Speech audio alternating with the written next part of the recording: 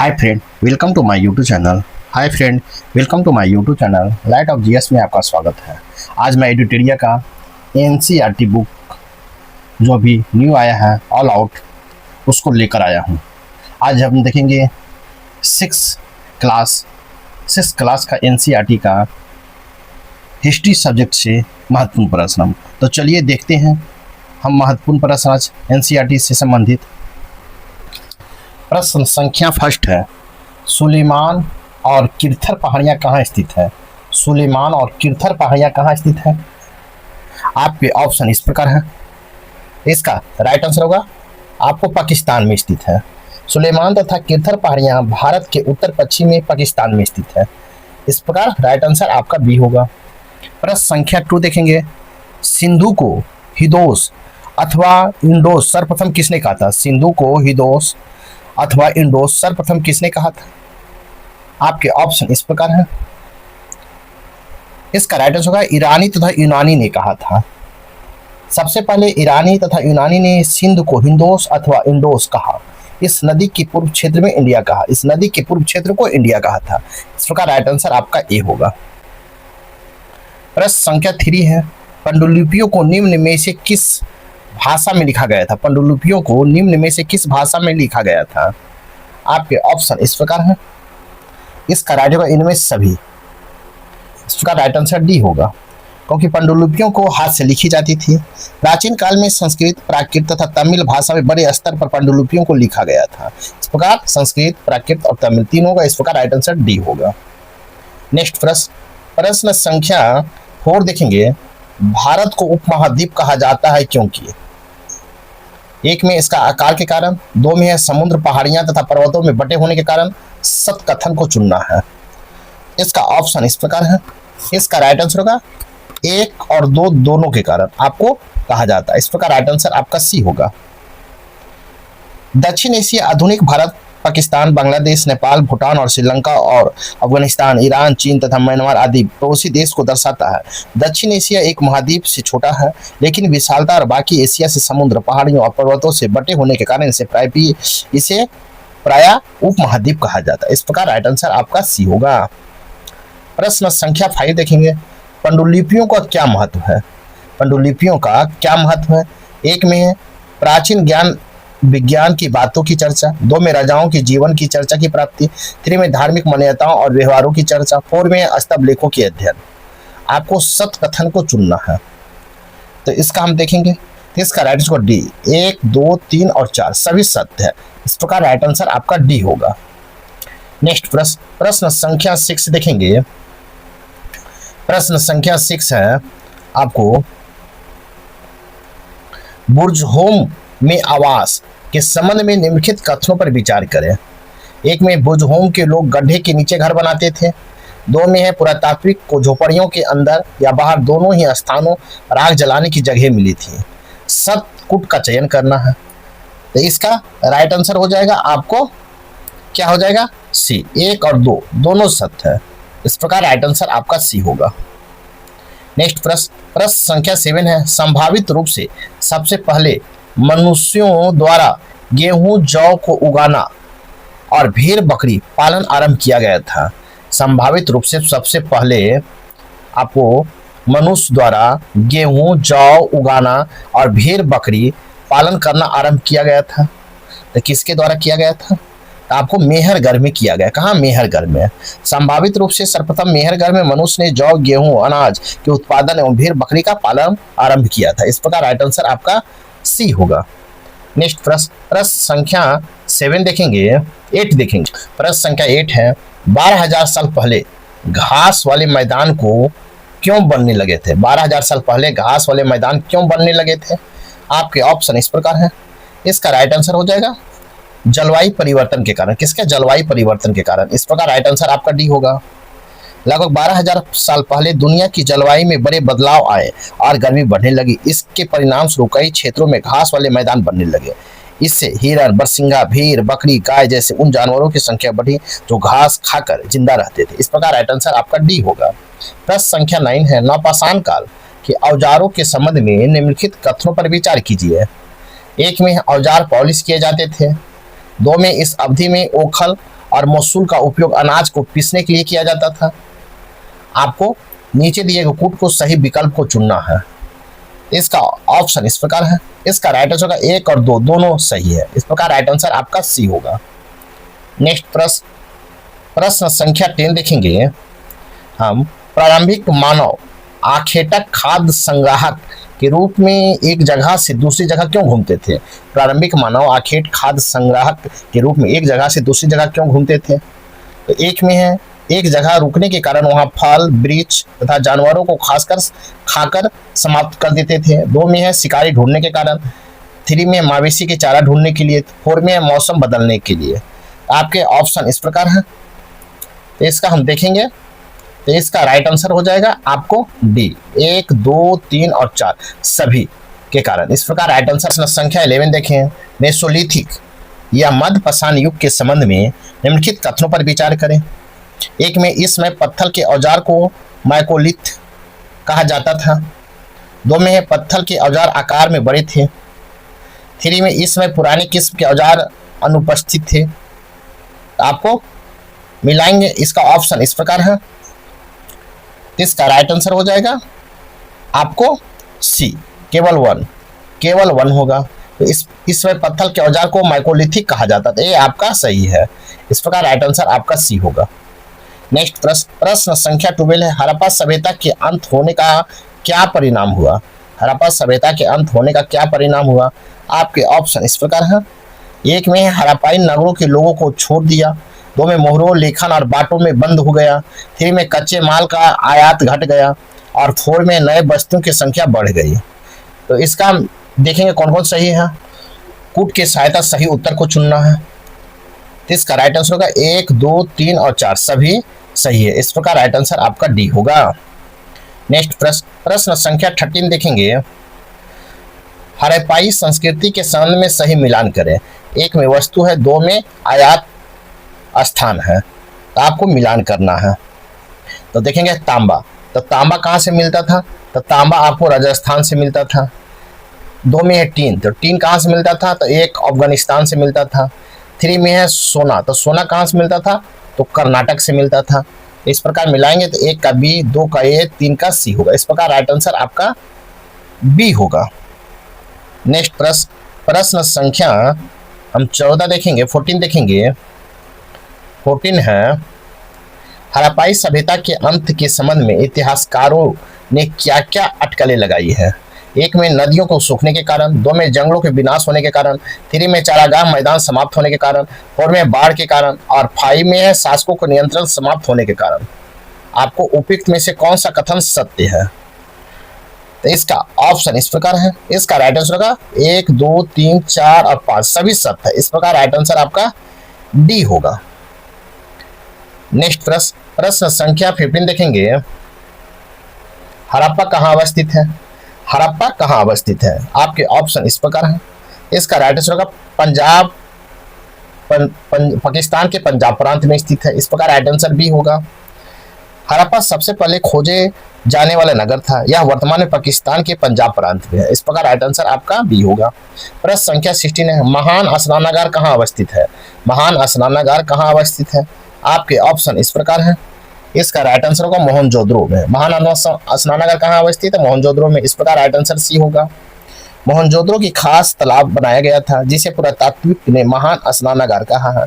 इस तालाब के बनने से ईंट और प्लास्टर का इस्तेमाल किया गया था। इस प्रकार राइट आंसर आपका सी होगा। प्रश्न संख्या 17 देखेंगे। निम्नलिखित में अग्निकुंड कहाँ मिले हैं? अग्निकुंड कहाँ मिले हैं? 1 में कालीबंगा, 2 में हड़प्पा, 3 में लोथल और 4 में मोहनजोदड़ो। सही कुंड को चयन करना है। आपके ऑप्शन इस प्रकार है। इसका राइट 1 और 3 कालीबंगा में और लोथल में मिला है। इस प्रकार राइट आंसर आपका सी होगा। कालीबंगा लोथल जैसे अन्य नगरों में अग्निकुंड मिले हैं जहां संभवतः यज्ञ किए जाते थे। इस प्रकार राइट आंसर आपका सी होगा। प्रश्न संख्या 18 है। हड़प्पाई नगरों की प्रमुख विशेषता क्या थी? हड़प्पाई नगरों की प्रमुख विशेषता की थी। 1 में विशाल स्नानागार, 2 में अन्नागार, 3 में योजनाबद्ध नगर निर्माण और 4 में पकाई गई ईंटों का प्रयोग। कूट के सहायता से चयन करना है। आपके ऑप्शन इस प्रकार है। इसका राइट आंसर हो जाएगा आपको डी 1, 2, 3 और 4। इस प्रकार राइट आंसर आपका डी होगा। हड़प्पाई सभ्यता के नगर अपने काल में सबसे समृद्ध नगरीय व्यवस्था थी। इसमें विशाल स्नानागार, अन्नागार, भवन निर्माण, पकाई गई ईंटों आदि का प्रयोग प्राप्ति हुई है। योजनाबद्ध निर्माण हड़प्पाई सभ्यता की सबसे प्रमुख विशेषताओं में एक है। इस प्रकार राइट आंसर आपका डी होगा। नेक्स्ट प्रश्न संख्या 90 देखेंगे। प्रश्न संख्या 90 है, इनाम गांव प्राचीन स्थल के संदर्भ में निम्नलिखित कथनों पर विचार कीजिए। एक में है, यह घोड़ा नदी के तट पर अवस्थित पुरातात्विक स्थल है जो भीमा नदी की एक सहायक नदी है। दो में, इस स्थल पर लगभग 3600 से 2700 वर्ष पूर्व प्राचीन मानवों का निवास था। 3 में, इस स्थल पर दफनाने के समान प्रथा के अंतर्गत वयस्कों को जमीन से सीधा लिटाया जाता था जिससे उनका सिर दक्षिण दिशा की ओर होता था। ऊपर दिए गए कथनों में कौन सा कथन आपका सही है? तो आपका सही पूछा है, इसका राइट ऑप्शन इस प्रकार है। इसका राइट आंसर 1 और 2 सही, 1 और 2 आपका सही है। इस प्रकार राइट आंसर आपका ए होगा। नेक्स्ट प्रश्न संख्या 20 देखेंगे। ऋग्वैदिक काल में दासों के साथ कैसा व्यवहार किया जाता था? ऋग्वैदिक काल में दासों के साथ कैसा व्यवहार किया जाता था? आपके ऑप्शन इस प्रकार है। इसका राइट आंसर होगा, उन्हें उनके मालिकों की संपत्ति माना जाता था। उन्हें उनके मालिकों की संपत्ति माना जाता था। इस प्रकार राइट आंसर आपका ए होगा। नेक्स्ट प्रश्न संख्या 21 देखेंगे। ऋग्वैदिक काल के दौरान प्रचलित राजनीतिक व्यवस्था के बारे में सत्य कथन का चयन करें। तो आपको ए में देखना है, राजा के पास लोगों को कर एकत्र करने की शक्ति थी। 2 में है, राजा का पुत्र स्वाभाविक रूप से राजा का उत्तराधिकारी होता था। आपको चुनना है। इसका राइट ऑप्शन इस प्रकार है। इसका राइट आंसर उपयुक्त में से कोई नहीं। 1500 से 1100 ईस्वी पूर्व काल में ऋग्वैदिक काल कहा जाता था। ऋग्वैदिक काल के दौरान कार्य संपादन के संदर्भ में 2 वर्गों का वर्णन मिलता है। पहला पुरोहित है जिन्हें कभी कभी ब्राह्मण भी कहा जाता है और जो विभिन्न अनुष्ठानों को संपन्न करवाता है। दूसरा का वर्ग राजाओं का था। इन राजाओं के पास तो ना तो राजधानी नगर थे और ना ही महल और ना ही सेनाएं थी और ना ही वे कर एकत्र करते थे। समान रूप से राजा को पुत्र और राजा नहीं बन सकता था। इस प्रकार राइट आंसर आपका डी होगा। नेक्स्ट प्रश्न संख्या 22 है। महापाषाण में मृतकों को विशिष्ट बर्तनों में दफनाया जाता था जिन्हें क्या कहा जाता था? महापाषाण में मृतकों के विशिष्ट बर्तनों से दफनाया जाता था जिन्हें क्या कहा जाता था? आपके ऑप्शन इस प्रकार है। इसका राइट आंसर हो जाएगा, क्या कहा जाता था? तो काले और लाल बर्तन में दफनाया जाता था। इस प्रकार राइट आंसर आपका बी होगा। महापाषाण काल में दफन विशिष्ट बर्तनों से किया जाता था। इन्हें काले और लाल बर्तन कहा जाता है। कभी कभी इन कब्रों में लोहे से बने औजार, हथियार, सोने और पत्थर के आभूषण भी पाए जाए गए हैं। इस प्रकार राइट आंसर बी होगा। नेक्स्ट प्रश्न संख्या 23 देखेंगे। कथन ए है। कथन ए में महाजनपदों के शासकों ने संसाधन जुटाने के लिए नियमित अधिकारियों की नियुक्ति शुरू की। कारण आर में है, जनता द्वारा स्वेच्छा से दिए गए आवास आधारित दान, विशाल किलों का निर्माण और बड़ी अस्थायी सेनाओं के रखरखाव संसाधनों की मांग को पूरा करने के लिए प्राप्त नहीं थे। तो आपको नीचे दिए गए कोड उपयोग कर सही उत्तर को चयन करना है। तो इसको हम देखेंगे। इसका राइट आंसर होगा ए और आर दोनों सत्य है और आर एक ही सही व्याख्या है। इस प्रकार राइट आंसर आपका ए होगा। नेक्स्ट प्रश्न संख्या 24 है। सिकंदर महान किस नदी के तट पर पहुंचा था जिसके बाद उसके सैनिकों ने आगे पूरब की ओर बढ़ने से इनकार कर दिया? आपके ऑप्शन आंसर हो जाएगा आपको ब्यास नदी। इस प्रकार राइट आंसर बी होगा।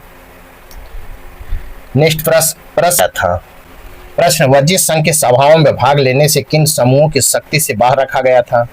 आपके ऑप्शन इस प्रकार है। इसका राइट आंसर होगा महिलाएं, दास और कर्मकार को आपको बाहर रखा गया था। इस प्रकार राइट आंसर आपका बी होगा।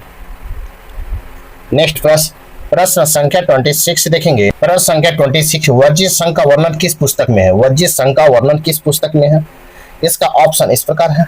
इसका राइट आंसर होगा दीर्घ निकाय में है वज्जित संघ का वर्णन। इस प्रकार राइट आंसर आपका सी होगा।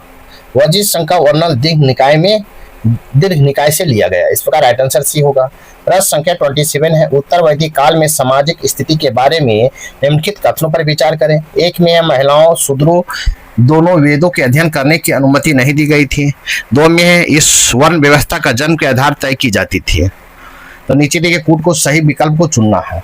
इसका राइट आंसर हो जाएगा 1 और 2 दोनों आपका सही। इस प्रकार राइट आंसर आपका सी होगा। नेक्स्ट प्रश्न संख्या 28 है, महाजनपद काल के संबंध में निम्नलिखित कथनों पर विचार करें। आपको एक में हल को फाल अब लोहे के बनने लगे, दो में धान के पौधे का रोपण आरंभ हो गया। असत्य कथन का चयन करें। तो इसका असत्य पूछा था, राइट आंसर ना तो एक है और ना ही दो है। इस प्रकार राइट आंसर आपका डी होगा। महाजनपद युग में कृषि के क्षेत्र में दो परिवर्तन आए, हाल के फाल और लोहे के बनने लगे। अब कठोर जमीन को लकड़ी के फाल की तुलना में लोहे का फाल आसानी से जोता जा सकता था, इसलिए फसलों की उपज बढ़ गई। दूसरे लोगों धान के पौधे के रोपण शुरू किया और खेतों में बीज छिड़क कर धान उपजाने के बजाय धान को पौधा तैयार कर उनका रोपण शुरू किया। अब पहले की तुलना में बहुत ज्यादा पौधे जीवित रह जाते थे, इसलिए पैदावार भी ज्यादा होने लगा। इस प्रकार राइट आंसर डी होगा। नेक्स्ट प्रश्न संख्या 29 है, महाजनपद काल में अनाज रखने के लिए किस पात्र का उपयोग किया जाता था। आपके ऑप्शन इस प्रकार है। इसका राइट आंसर होगा चित्रित धूसर मृदभांड का उपयोग किया जाता था। इस प्रकार राइट आंसर बी होगा। महाजनपद काल में अनाज रखने के लिए चित्रित धूसर मृदभांड का उपयोग किया जाता था। इस प्रकार राइट आंसर आपका बी होगा। नेक्स्ट प्रश्न संख्या 30 देखेंगे हम। अफगानिस्तान से प्राप्त होने वाले कंधार अभिलेख के संबंध में निम्नलिखित कथनों पर विचार कीजिए। एक में है अभिलेख पर अशोक शासक का आदेश उत्कीर्ण कराया गया था। दो में इसमें ब्राह्मी भाषा में लिखा गया था। सत्य कथन को चयन करना है। इसका राइट आंसर हो जाएगा आपको केवल एक, अभिलेख में अशोक शासन के आदेश का उत्कीर्ण करवाया गया था। इस प्रकार राइट आंसर आपका ए होगा। लगभग 2250 वर्ष पुराना यह अभिलेख वर्तमान में अफगानिस्तान के कंधार से प्राप्त हुआ है। इस प्रकार राइट आंसर ए होगा। प्रश्न संख्या 31 है, जनपद का क्या अर्थ होता है। जनपद का अर्थ क्या होता है। इसका ऑप्शन इस प्रकार है। इसका राइट आंसर होगा जन के बसने की जगह। जन के बसने की जगह को जनपद कहते हैं। इस प्रकार राइट आंसर आपका भी होगा। महायज्ञों को करने वाले राजा अब जन के राजा ना होकर जनपदों के राजा माने गए। जनपद का शाब्दिक अर्थ है जन में बसने की जगह, जन के बसने की जगह होता है। इस प्रकार राइट आंसर भी होगा। प्रश्न संख्या 32 देखेंगे, महाजनपदों का उद्भव लगभग कितना वर्ष पूर्व था। आपके ऑप्शन इस प्रकार है। इसका राइट होगा 2500 साल पहले। इस प्रकार राइट आंसर भी होगा। करीब 2500 वर्ष पहले 6ठी शताब्दी ईसा पूर्व कुछ जनपद अधिक महत्वपूर्ण हो गए, इन्हें महाजनपद कहा जाने लगा। इस प्रकार राइट आंसर आपका सी होगा, बी होगा। प्रश्न संख्या 33 है, भारतीय दर्शन की शाखा और उसके संस्थापक को मिलान करिए। भारतीय दर्शन और संस्थापक, तो ए में है वैशेषिक, तो वैशेषिक का हो जाएगा डी, कनाद हो जाएगा। दो में है योग, तो योग का होगा पतंजलि। 3 है, 3 में है सांख्य, तो सांख्य का हो जाएगा आपको कपिल हो जाएगा, कपिला। और 4 में पूर्व मीमांसा, तो जैमिनी हो जाएगा। इस प्रकार आप मिलाएंगे तो 1 का डी, 2 का सी, बी का बी और 4 का ए होगा। इस प्रकार राइट आंसर आपका ए होगा। नेक्स्ट प्रश्न संख्या 34 देखेंगे। प्रश्न संख्या 34 है, पाणिनि के संबंध में निम्नलिखित कथनों पर विचार करें। एक में उन्हें संस्कृत के लिए व्याकरण तैयार किया गया। दो में उन्होंने एक विशेष कर्म में स्वर की रचना परंतु व्यंजन को बाद के काल में अन्य विद्वानों द्वारा किया गया। नीचे दिए पुट को सही विकल्प को चुने। इसका ऑप्शन इस प्रकार है। इसका राइट आंसर केवल 1, उन्होंने संस्कृत के लिए व्याकरण तैयार किया। इस प्रकार राइट आंसर आपका ए होगा। नेक्स्ट प्रश्न संख्या 35 है, भगवान बुद्ध ने अपना पहला उपदेश कहाँ दिया था। आपके ऑप्शन इस प्रकार है। इसका राइट आंसर का सारनाथ में दिए थे। इस प्रकार राइट आंसर आपका बी होगा। बुद्ध क्षत्रिय तथा शाक नामक एक छोटे से गण से संबंधित थे। युवा अवस्था में ही खोज ने उन्होंने सुखों की छोड़ दिया और अनेक वर्षों तक भ्रमण करते रहे। अन्य विचारकों से मिलकर चर्चा करते रहे तथा ज्ञान प्राप्ति के लिए उन्हें स्वयं ही रास्ता ढूंढने का निश्चय किया। जबकि आपको लोगों को शिक्षा देते रहे। इस प्रकार राइट आंसर आपका बी हो। भगवान बुद्ध ने अपना पहला उपदेश कहाँ दिया था, सारनाथ में। इस प्रकार राइट आंसर बी होगा। प्रश्न संख्या 36 है, बुद्ध की शिक्षाओं के संदर्भ में निम्नलिखित कथनों पर विचार कीजिए। एक में है बुद्ध दुख का कारण तृष्णा लालसा को बताया है। दो में उन्होंने कहा कि आत्म संयम अपनाकर मनुष्य तृष्णा से मुक्ति पा सकता है। तो उपयुक्त में से कौन सा कथन सत्य है? इसका ऑप्शन इस प्रकार है। इसका राइट आंसर होगा 1 और 2 दोनों सत्य है। इस प्रकार राइट आंसर आपका सी होगा। नेक्स्ट प्रश्न, प्रश्न संख्या 37 है। उपनिषद शब्द का सही अर्थ है। तो उपनिषद शब्द का सही अर्थ क्या है? आपके ऑप्शन इस प्रकार है। इसका राइट आंसर होगा गुरु के समीप बैठना उपनिषद शब्द का सही अर्थ है। इस प्रकार राइट आंसर आपका बी होगा। नेक्स्ट प्रश्न, प्रश्न संख्या 38 देखेंगे। संस्कृत व्याकरण की रचना किसने की थी? संस्कृत व्याकरण की रचना किसने किया था? इसका ऑप्शन इस प्रकार है। इसका राइट आंसर होगा पाणिनि ने किया था। इस प्रकार राइट आंसर आपका बी होगा। नेक्स्ट प्रश्न, प्रश्न संख्या 39 है। महावीर स्वामी ने अपनी शिक्षा किस भाषा में दी थी? आपके ऑप्शन इस प्रकार है। इसका राइट आंसर होगा प्राकृत भाषा में। इस प्रकार राइट आंसर आपका सी होगा। महावीर स्वामी ने अपनी शिक्षा प्राकृत भाषा में दी थी। यही कारण है कि साधारण जन भी उनके अनुयायी शिक्षाओं को समझ सके। इस प्रकार राइट आंसर आपका सी होगा। प्रश्न संख्या 14 है। जैन धर्म के संदर्भ में निम्नलिखित कथनों पर विचार कीजिए। एक में मुक्ता व्यापारियों ने जैन धर्म का समर्थन किया। दो में साधारणतः किसान वर्ग के लोगों ने जैन धर्म को स्वीकार नहीं किया। उपयुक्त में से कौन सा कथन सत्य है? सत्य पूछा। आपके ऑप्शन इस प्रकार है। इसका राइट आंसर 1 और 2 सत्य। इस प्रकार राइट आंसर आपका सी होगा। नेक्स्ट प्रश्न, प्रश्न संख्या 41 देखेंगे। प्रश्न संख्या 41 है। आपको संघ में रहने वाले बौद्ध भिक्षु के लिए बनाए गए नियमों का संकलन किस ग्रंथ में मिलता है? आपके ऑप्शन इस प्रकार है। इसका राइट आंसर होगा विनय पिटक में मिलता है। किसमें? विनय पिटक में। महावीर तथा बुद्ध दोनों एक ही मानना है था कि त्याग करने पर ही सच्चे ज्ञान प्राप्ति हो सकती है। ऐसे लोगों के लिए उन्होंने संघ नामक संगठन बनाया जहां घर त्याग करने वाले लोगों एक साथ रह सके। संघ में रहने वाला बौद्ध भिक्षुओं के लिए बनाए गए नियम विनय पिटक नामक ग्रंथ में मिलते हैं। इस प्रकार राइट आंसर आपका डी होगा। प्रश्न संख्या हम 42 देखेंगे। निम्नलिखित में से कौन सा कथन बौद्ध संघ के संदर्भ में सही नहीं है? बौद्ध संघ के संदर्भ में सही नहीं है। आपके ऑप्शन इस प्रकार है। इसका राइट आंसर होगा विवाहित स्त्रियों को संघ में प्रवेश के लिए अपने माता पिता से अनुमति लेने की आवश्यकता होती थी। ये आपका सही नहीं है। इस प्रकार राइट आंसर आपका डी होगा। विनय पिटक से हमें पता चलता है कि संघ में पुरुष और स्त्रियों के रहने के लिए अलग अलग व्यवस्था थी। सभी व्यक्ति संघ में प्रवेश ले सकते थे। हालांकि संघ में प्रवेश के लिए बच्चों को अपने माता पिता या दासों को अपने स्वामी या राजा के यहाँ काम करने वाले लोगों को राजा से तथा कर्जदार को अपने देनदारों की अनुमति लेनी होती थी। एक स्त्री को इसके लिए अपने पति से अनुमति लेनी होती थी। इस प्रकार नहीं पूछा। राइट आंसर डी होगा। नेक्स्ट प्रश्न संख्या 43 देखेंगे। प्रश्न संख्या 43 महायान के संबंध में निम्नलिखित कथनों पर विचार करें। तो एक में है ये बौद्ध धर्म से संबंधित है। दो में उन्होंने बौद्ध धर्म की मूर्ति पूजा को बढ़ावा दिया। सत्य कथन को चयन करना है। आपके ऑप्शन इस प्रकार है। इसका राइट आंसर 1 और 2 दोनों सत्य है। इस प्रकार राइट आंसर आपका सी होगा। प्रश्न संख्या 44 है। बोधिसत्व के संबंध में निम्नलिखित कथनों पर विचार करें। एक में एक ज्ञान प्राप्ति के पश्चात एकांतवास में साधना करते थे। दो में बोधिसत्व की पूजा काफी लोकप्रिय था।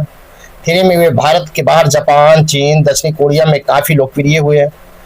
और सत्य कथन को चयन करना है। इसका राइट आंसर हो जाएगा आपको बी। 2 और 3 होगा। इस प्रकार राइट आंसर आपका बी होगा। नेक्स्ट प्रश्न संख्या 45 है। बुद्ध की जीवनी बुद्ध चरित्र के रचनाकार निम्नलिखित में से कौन थे? बुद्ध की जीवनी बुद्ध चरित्र के रचनाकार निम्नलिखित में कौन थे? आपके ऑप्शन इस प्रकार है। इसका राइट आंसर होगा अश्वघोष थे। कौन? अश्वघोष। इस प्रकार राइट आंसर आपका डी होगा। बुद्ध की जीवनी बुद्ध चरित्र के रचनाकार कवि अश्वघोष थे। एक कुषाणों के सबसे प्रसिद्ध शासक कनिष्क के दरबार में रहते थे।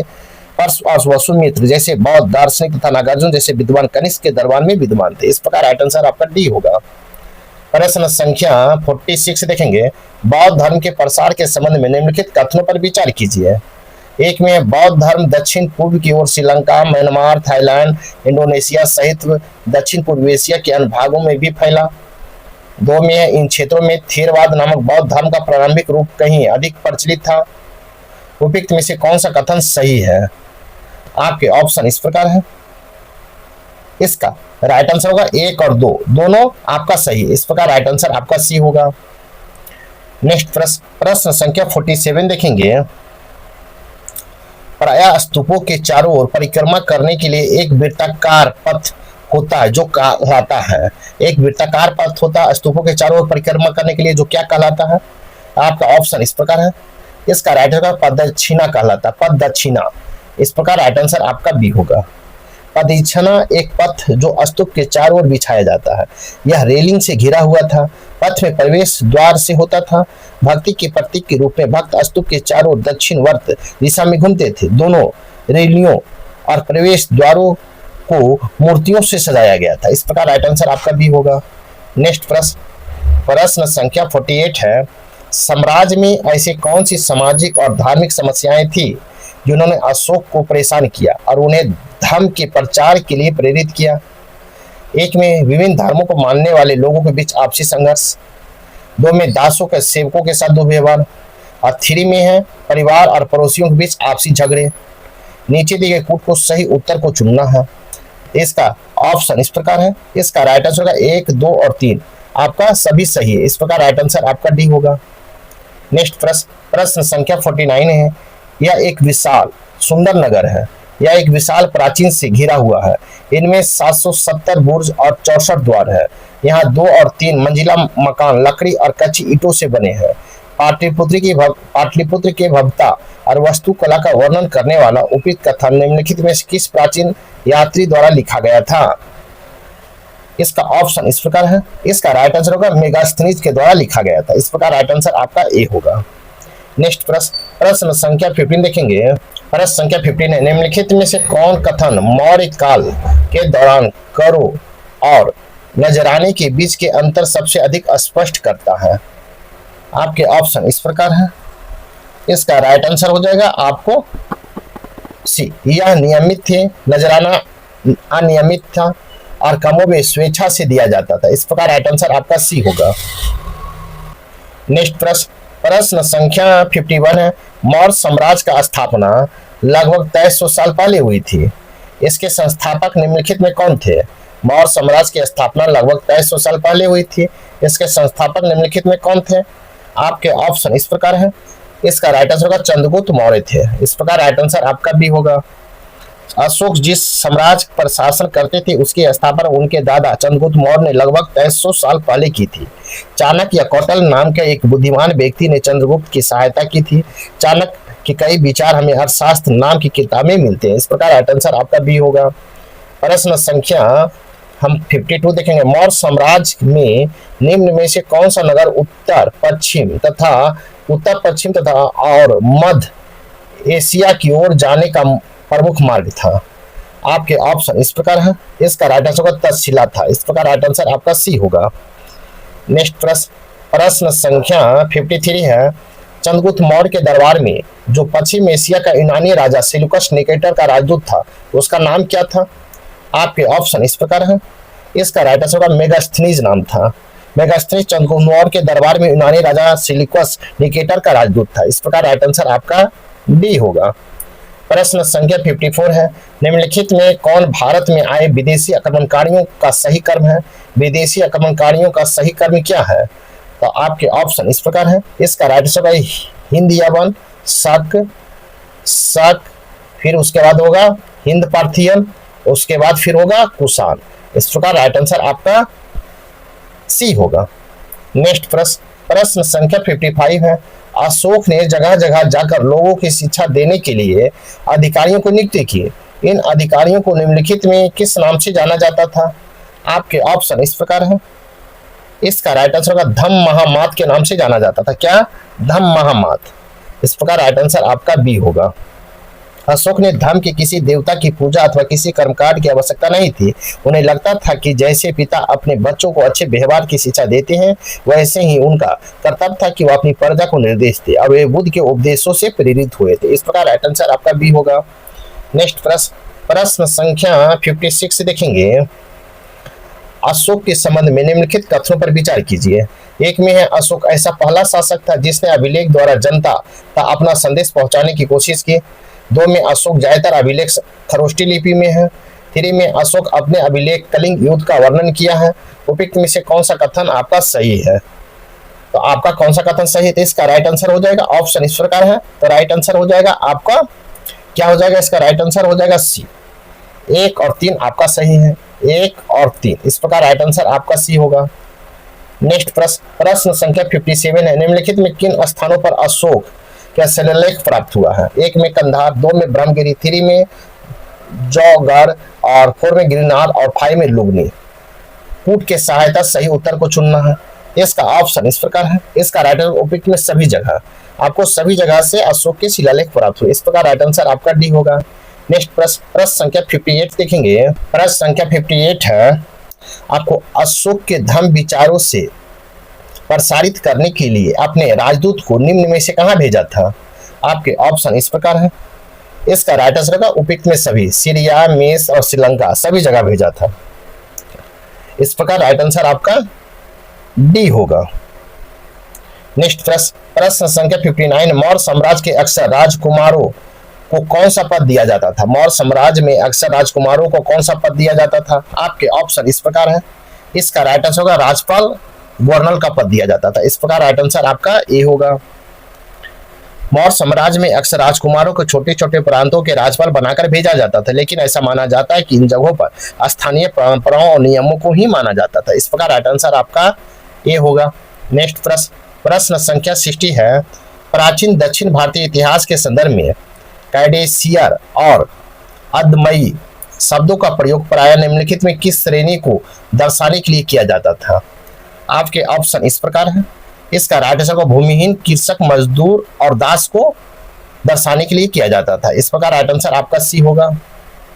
नेक्स्ट प्रश्न संख्या 61 है, संगम, मोवेंदर तथा धन और संपत्ति एकत्र करने के तरीके के बारे में निम्नलिखित में से कौन सा कथन सत्य है? आपके ऑप्शन इस प्रकार है, इसका राइट आंसर होगा वे विनियमित कर नहीं वसूलते थे, इसके बजाय वे उपहार और भेंट लेते थे, इस प्रकार राइट आंसर आपका भी होगा। नेक्स्ट प्रश्न संख्या 62 है, सिल्क रूट पर नियंत्रण रखने वाले शासकों में सबसे प्रसिद्ध कौन वंश था? सिल्क रूट पर नियंत्रण रखने वाले शासकों में सबसे प्रसिद्ध वंश कौन था? आपके ऑप्शन इस प्रकार है, इसका राइट आंसर होगा कुषाण था, इस प्रकार राइट आंसर आपका सी होगा। कुछ शासक इसके बड़े बड़े हिस्सों पर अपना नियंत्रण करना चाहते थे, क्योंकि इस रास्ते पर यात्रा कर रहे व्यापारियों से उन्हें कर, शुल्क, तोहफों के जरिए लाभ मिलता था। इसके बदले वे शासक इन व्यापारियों को अपने राज्य से गुजरते वक्त लुटेरों के आक्रमण को सुरक्षा देते थे, इस प्रकार राइट आंसर सी होगा। नेक्स्ट प्रश्न संख्या 63 देखेंगे। 63 है, रोमन साम्राज्य में भारत के किस वस्तु का सबसे अधिक मांग थी? रोमन साम्राज्य में भारत के किस वस्तु की सबसे अधिक मांग थी? आपके ऑप्शन इस प्रकार है, इसका राइट आंसर काली मिर्च का सबसे अधिक मांग थी, इस प्रकार राइट आंसर आपका सी होगा। नेक्स्ट प्रश्न संख्या 64 है, संगम साहित्य निम्नलिखित में से किससे संबंधित है? संगम साहित्य निम्नलिखित में से किससे संबंधित है? आपके ऑप्शन इस प्रकार है, इसका राइट आंसर होगा तमिल से संबंधित है, इस प्रकार राइट आंसर आपका बी होगा। नेक्स्ट प्रश्न संख्या 65 है, उपमहाद्वीपीय में लोहे का प्रयोग लगभग कब शुरू हुआ था? उपमहाद्वीपीय में लोहे का प्रयोग लगभग कब शुरू हुआ था? आपके ऑप्शन इस प्रकार है, इसका राइट आंसर 3000 साल पहले आपको लगभग शुरू हुआ था, इस प्रकार राइट आंसर आपका सी होगा। लोहे का प्रयोग आज एक आम बात है, लोहे चीजें हमारी रोजमर्रा का जिंदगी का हिस्सा बन गई, उस महाद्वीपीय में लोहे का प्रयोग लगभग 3000 साल पहले हुआ था, इस प्रकार राइट आंसर आपका सी होगा। नेक्स्ट प्रश्न संख्या 66 है, दक्षिणा पथ के स्वामी निम्नलिखित में से कौन कहे जाते थे? आपके ऑप्शन इस प्रकार है, इसका राइट आंसर होगा सतवाहन को कहे जाते थे, इस प्रकार राइट आंसर आपका बी होगा। नेक्स्ट प्रश्न संख्या 67 है, निम्नलिखित में से कौन कुषाणों की दूसरी राजधानी रही है? कुषाणों की दूसरी राजधानी कौन रही है? आपके ऑप्शन इस प्रकार है, इसका राइट आंसर होगा मथुरा,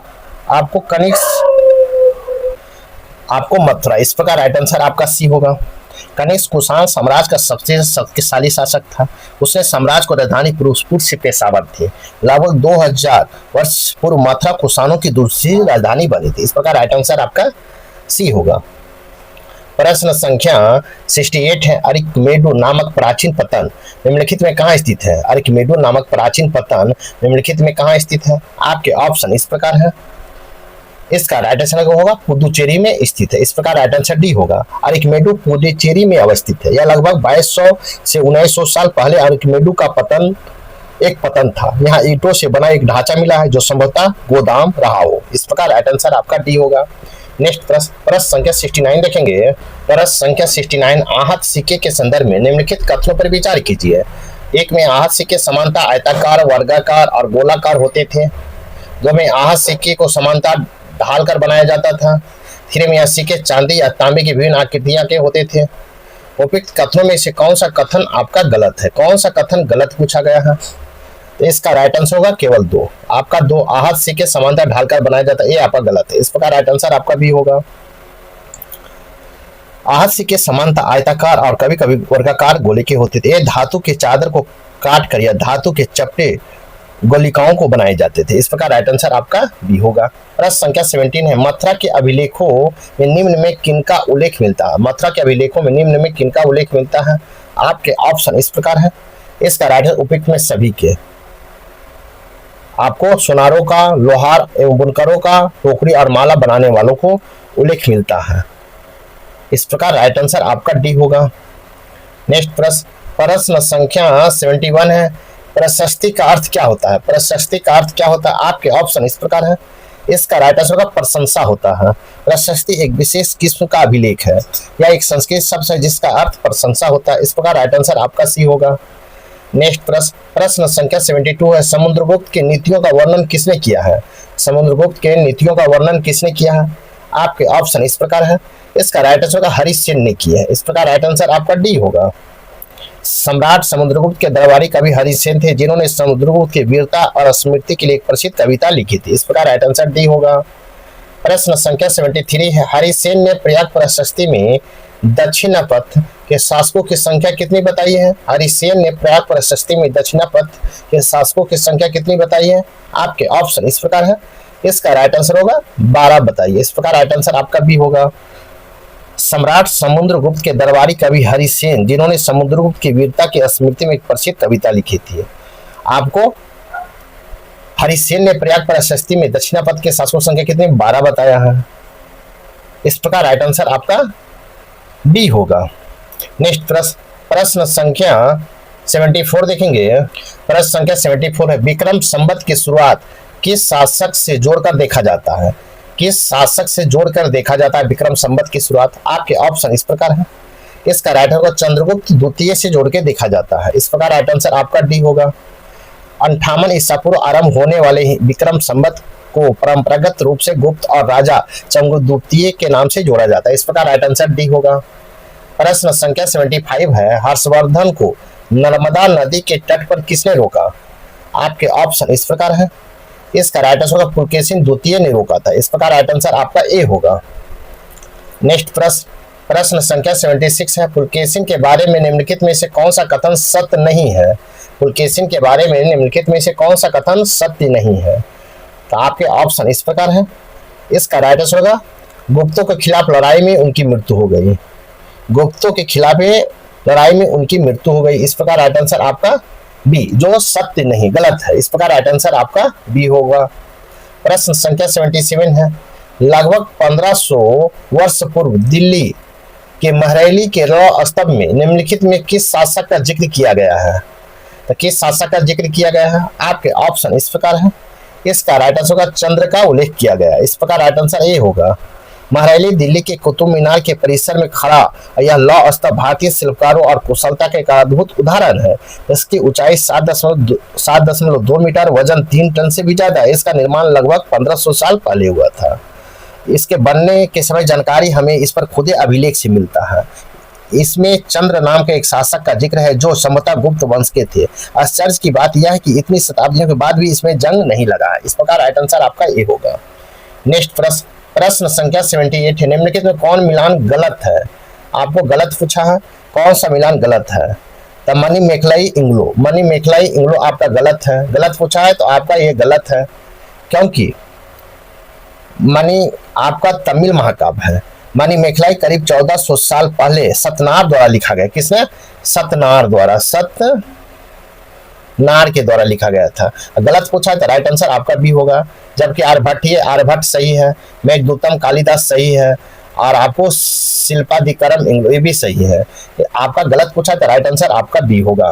नेक्स्ट प्रश्न, प्रश्न संख्या 79 देखेंगे। प्रश्न संख्या 79, निम्नलिखित में से कौन सा युग्म सही सुमेलित नहीं है, नहीं पूछा है। तो इसका ऑप्शन इस प्रकार है। तो इसका राइट आंसर देखेंगे हम, आपको कौन नहीं है, दक्षिणा पथ, स्तूप के चारों ओर परिक्रमा हेतु मार्ग, दक्षिणा पथ आपका, सॉरी आपका हो जाएगा धातु मंजूषा, अश्वघोष या मूल्यवान वस्तुओं को रखने का पात्र, ये आपका सही नहीं है।